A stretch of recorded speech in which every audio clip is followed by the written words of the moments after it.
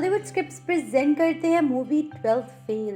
ये एक biological drama film है जो कि 2023 में रिलीज हुई। IMDb में इसकी रेटिंग 9.1 है। फिल्म की शुरुआत में हमें चंबल नाम के गांव को दिखाया जाता है जहां मनोज नाम का एक लड़का छत पे बैठा पर्चियां बना रहा होता है ताकि 12th का एग्जाम में पास हो सके।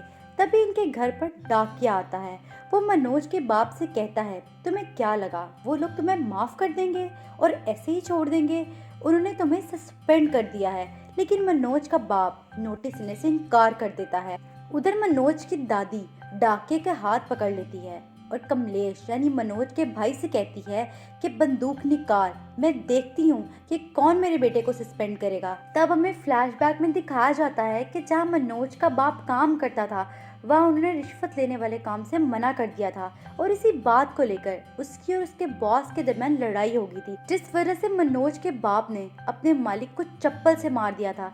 तभी कमलेश हवा में गोली चला देता है तो वहाँ पर पुलिस आ जाती है जिसे देखकर सब लोग सीधे हो जाते हैं। इसके बाद हमें रात का सीन दिखाया जाता है जहाँ ये सब लोग खाना खा रहे होते हैं। वहाँ मनोज का बाप सबको कहता है कि मैं केस लड़ने शहर जाऊंगा। मनोज की माँ उसे रोकती है लेकिन वो एक नहीं सुनता। अब अगले दिन मनोज एग्जाम हॉल में बैठा अपनी जेब से पर्चियां निकाल रहा होता है। तभी मास्टर कहता है कि मैं सारे आंसर्स बोर्ड पे लिख रहा हूँ, तुम सब बस इसे कॉपी कर लो। तभी वहाँ पर गांव का नया DSP आता है। वो कहता है कि यहाँ क्या चल रहा है। प्रिंसिपल DSP को धमकी देता है कि ये विधायक जी का स्कूल है, साथ ही साथ उसे रिश्वत भी देता है। लेकिन DSP रिश्वत लेने के बजाय उल्टा प्रिंसिपल को ही पकड़ लेता है। उस साल चीटिंग ना होने की वजह से मनोज समेत पूरा स्कूल फेल हो जाता है। उधर मनोज का बाप केस लड़ने के लिए शहर चला जाता है, जिस वजह से मनोज की माँ को घर की फिक्र होने लगती है। तब रात में मनोज और कमलेश घर आते हैं और अपनी माँ के हाथ में कुछ पैसे रखते हैं और कहते हैं कल से हम गाड़ी चलाएंगे जिसमें हमें लोगों को एक जगह से दूसरी जगह छोड़ना होगा। अब अगले दिन ये दोनों गाड़ी में सवारी बिठाकर लेके जा रहे होते हैं। तभी उन्हें एक आदमी रोकता है और उनकी सवारी अपनी बस में बिठाने की कोशिश करता है। वो कहता है कि विधायक जी की बस है, ये ऐसे खाली नहीं जाएगी। इस पर कमलेश को गुस्सा आ जाता है और उस आदमी के मुंह पर चप्पल मार देता है। लेकिन थोड़ी ही दूर जाने पर पुलिस वाले उन्हें अरेस्ट कर लेते हैं क्योंकि कमलेश ने विधायक के आदमी को मारा था। इसके बाद पुलिस वाले जेल में उन्हें मार रहे होते हैं। तभी पुलिस अफसर मनोज के बाप को चोर बोलता है।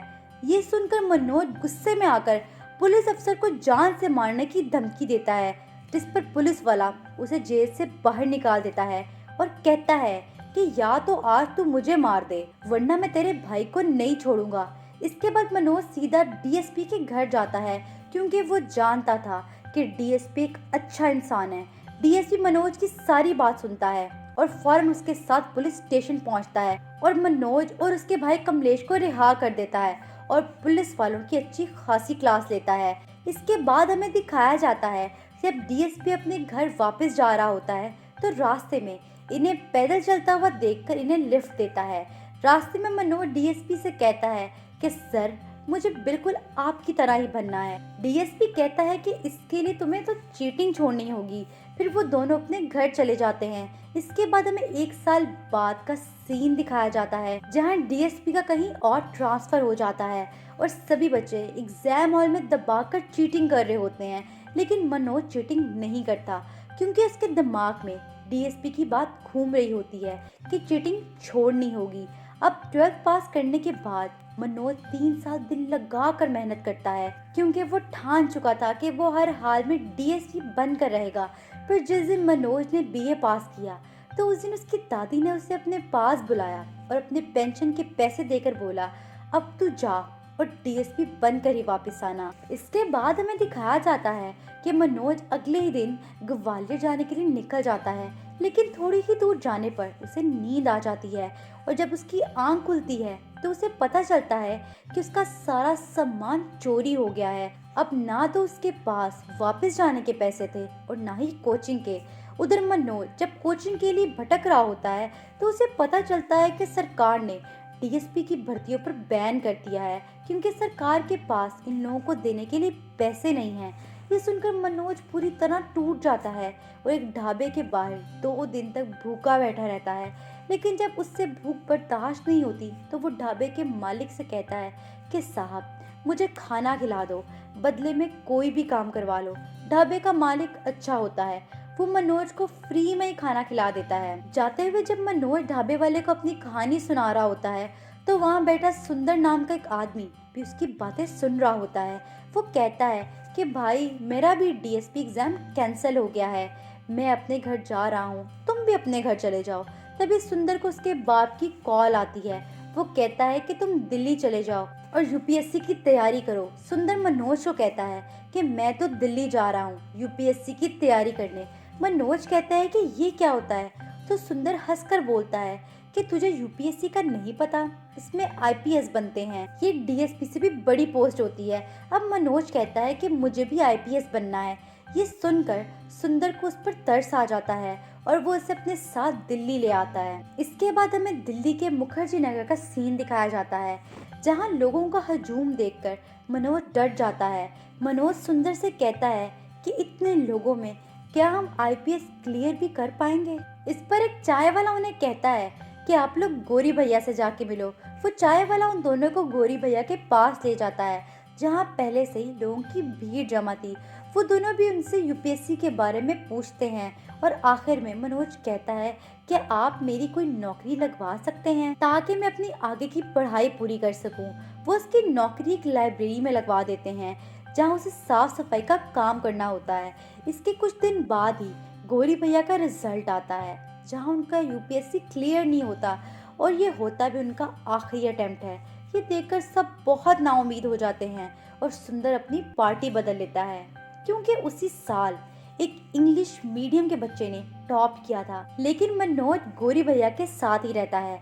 उधर गोरी भैया नाउम्मीद होने की बजाय चाय की टपरी खोल लेते हैं और साथ ही रीस्टार्ट का बोर्ड लगाकर बच्चों को पढ़ाना शुरू कर देते हैं, इस उम्मीद के साथ कि अगर मेरा नहीं हुआ तो क्या हुआ, इनमें से अगर किसी एक बच्चे का भी हो गया तो मैं समझूंगा कि मेरा आईएएस क्लियर हो गया। इसी के साथ बच्चों के इम्तिहान शुरू हो जाते हैं और मनोज अपनी पहली अटेम्प्ट में फेल हो जाता है, लेकिन वो हार नहीं मानता। साथ में वो गोरी भैया की दुकान पर मदद भी करता है।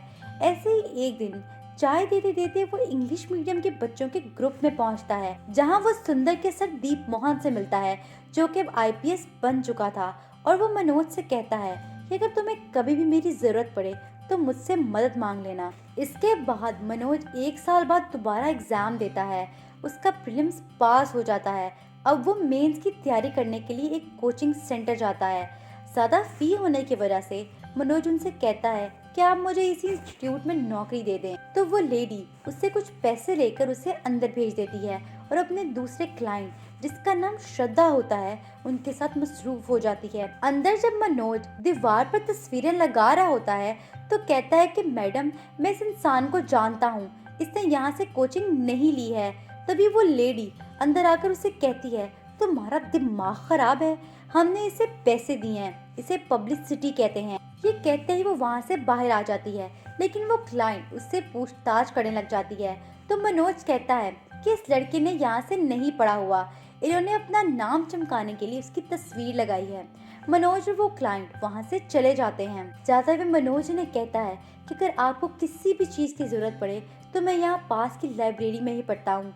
बातों ही बातों में श्रद्धा को पता चलता है कि मनोज ने बिना कोचिंग प्रीलिम्स पास किया था। ये सुनकर वो हैरान हो जाती है। फिर वो लोग वहाँ से चले जाते हैं। इसके कुछ दिन बाद तक मनोज उस लड़की के बारे में सोचता रहता है और एक दिन वो लड़की यानी श्रद्धा उसे लाइब्रेरी में मिलने आती है और इन दोनों की बातचीत शुरू हो जाती है। इसके बाद हमें क्लासरूम का सीन दिखाया जाता है, जहाँ के दोनों भी पढ़ने आए होते हैं। सर मनोज की बहुत तारीफ करते हैं क्योंकि मनोज ने टेररिस्ट के टॉपिक पर बहुत बेहतरीन ऐसे लिखा था। इसके बाद मनोज दिल लगाकर पढ़ता है। फिर एक दिन जिस लाइब्रेरी में वो काम करता था, वहाँ के मालिक ने उस पर चोरी का इल्जाम लगाया। तब मनोज गुस्से में वो नौकरी छोड़ देता है।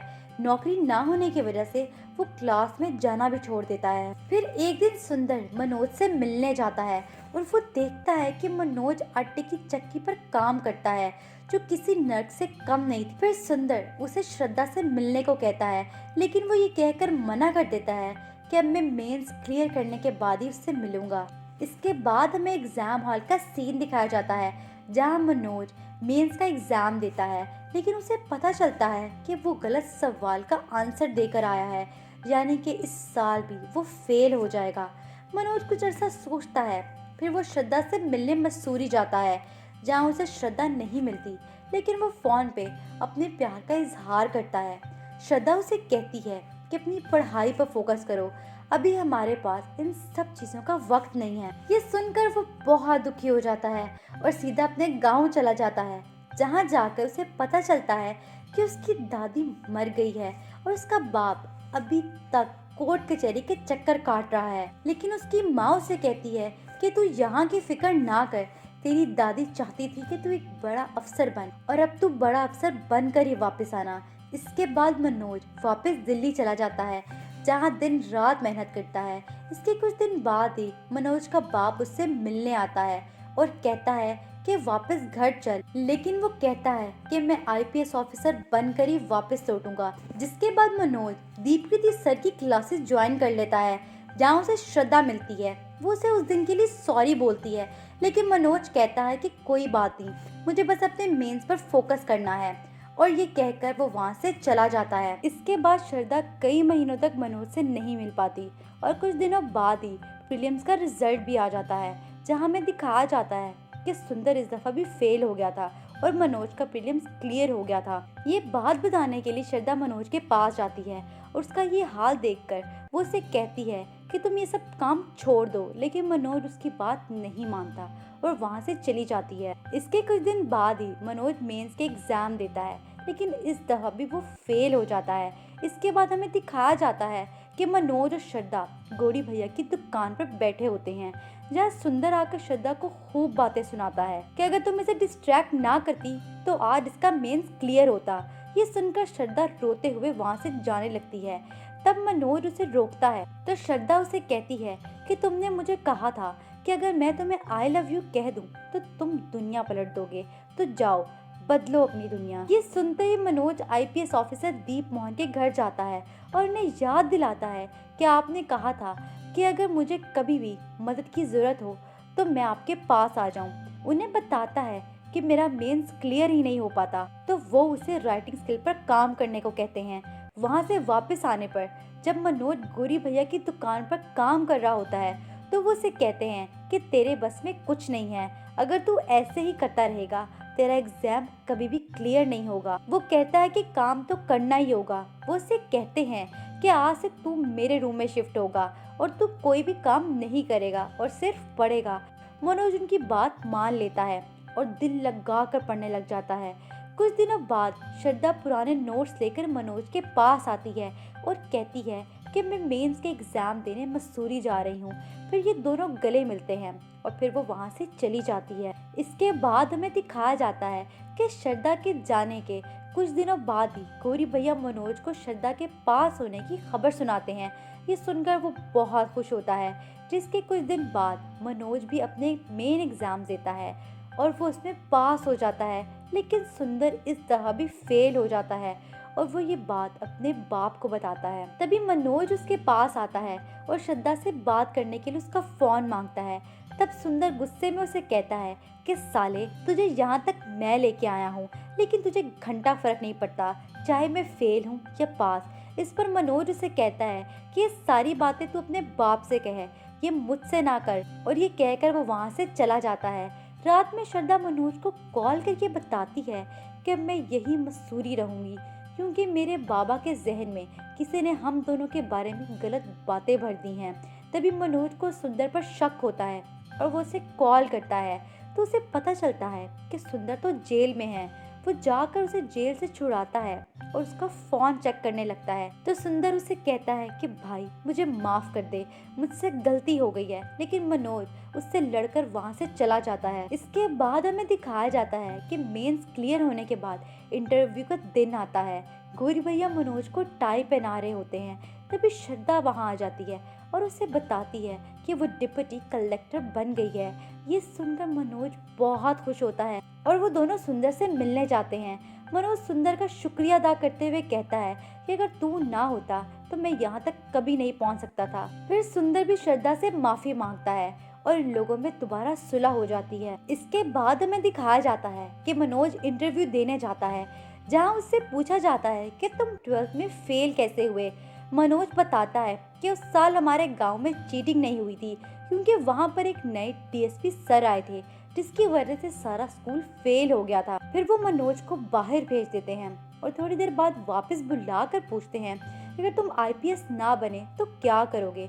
तब मनोज कहता है कि मैं गाँव वापस जाऊंगा और बच्चों को पढ़ाऊंगा ताकि कोई बच्चा भी चीटिंग ना करे। कुछ सवालों के बाद इंटरव्यू खत्म हो जाता है। मनोज को लग रहा था कि उसका लास्ट अटेम्प्ट भी फेल हो गया है, लेकिन रिजल्ट वाले दिन उसे पता चलता है कि वो आईपीएस बन चुका है। जिसके बाद ये खबर वो अपने घर वालों को सुनाता है। ये सुनकर सब बहुत खुश होते हैं। इतनी मुश्किल के बाद मनोज आखिरकार आईपीएस ऑफिसर बन जाता है। इसके बाद हमें दिखाया जाता है कि मनोज अपना यूनिफॉर्म पहनकर डीएसपी के ऑफिस जाता है, जहां डीएसपी सर उसे सल्यूट मारते हैं। ये वही सर होते हैं जिन्होंने उसे चीटिंग करने से मना किया था। मनोज कहता है कि सर पहचाना मुझे, तो वो फौरन उसे गले लगा लेते हैं। इसी के साथ ये कहानी अपने इख्तिताम को पहुंचती है। उम्मीद है कि आपको हमारी वीडियो पसंद आई होगी। इसी तरह की मज़ीद मूवीज़ की एक्सप्लेनेशन सुनने के लिए हमारे चैनल को सब्सक्राइब करें और बेल आइकन को दबाएं। शुक्रिया।